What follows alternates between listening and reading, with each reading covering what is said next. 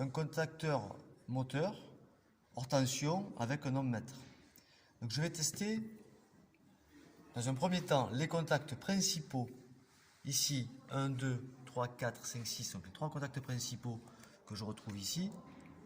1, 2, 3, 4, 5, 6. Ensuite, je vais tester le contact auxiliaire, normalement ouvert 13, 14. Donc schématiquement, c'est là, 13, 14. Et ensuite, je vais tester ma bobine A1, A2. Alors, je vais tester déjà dans un premier temps mes contacts principaux. Je règle mon multimètre sur 200 ohms, la plus petite valeur.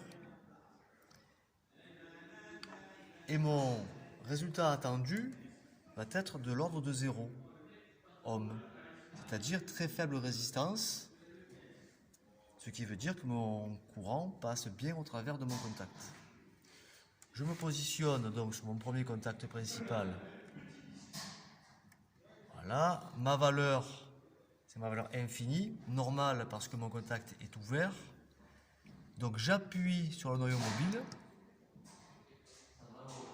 Ok, la valeur est faible, 0,4 ohm. Mon contact est bon. Je passe au suivant. Même principe. C'est OK. Au suivant. Normalement ouvert, donc j'appuie dessus. C'est OK. Mon contact normalement ouvert 13-14. Contact auxiliaire. C'est OK. Ensuite, ma bobine, c'est différent. Ma bobine, c'est un récepteur.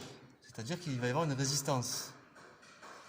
Il ne faut pas que j'obtienne ni le 0, ce qui voudrait dire que mon isolant sur ma bobine a fondu et du coup il n'y a plus l'effet de bobine. Là, ma bobine, c'est un fil enroulé avec un isolant. Donc là, je peux compter 3 spires, 3 tours de bobine. Si mon isolant fond, là, plastique, ça équivaut à un seul gros fil. Du coup, sa résistance ne sera pas la même. Quand j'ai 3 spires, j'aurai une valeur de résistance de quelques ohms. Si j'ai qu'un seul gros fil, j'aurai une résistance très très faible de la valeur de 0. D'accord ? Donc moi je vais vérifier que mes spires et que mon isolant est toujours en bon état. Aussi, je ne veux pas avoir la valeur infinie. Si j'ai la valeur infinie, ça veut dire que mon fil de bobine est coupé. D'accord ? Donc je vérifie ça, je me positionne sur A1, A2.